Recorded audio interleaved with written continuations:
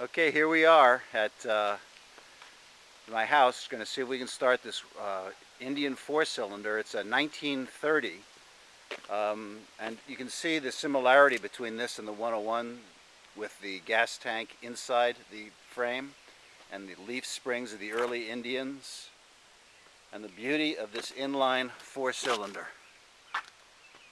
As you can see, there's one carburetor with one big manifold that goes in.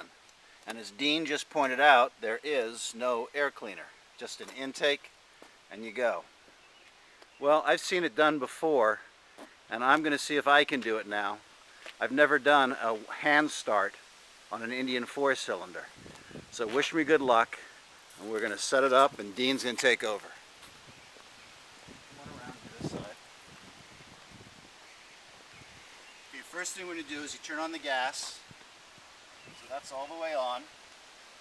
And turn on the ignition. This is not a stock key. This is an aftermarket setup. Turn the ignition to on. Move the choke.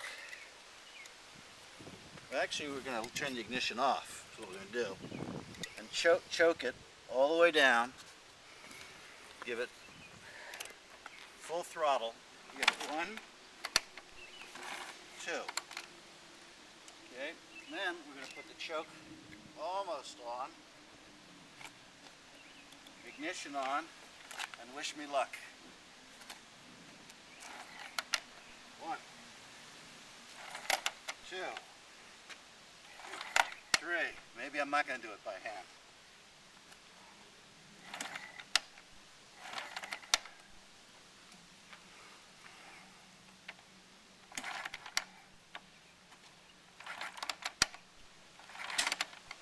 Well, it's getting closer, but not close enough.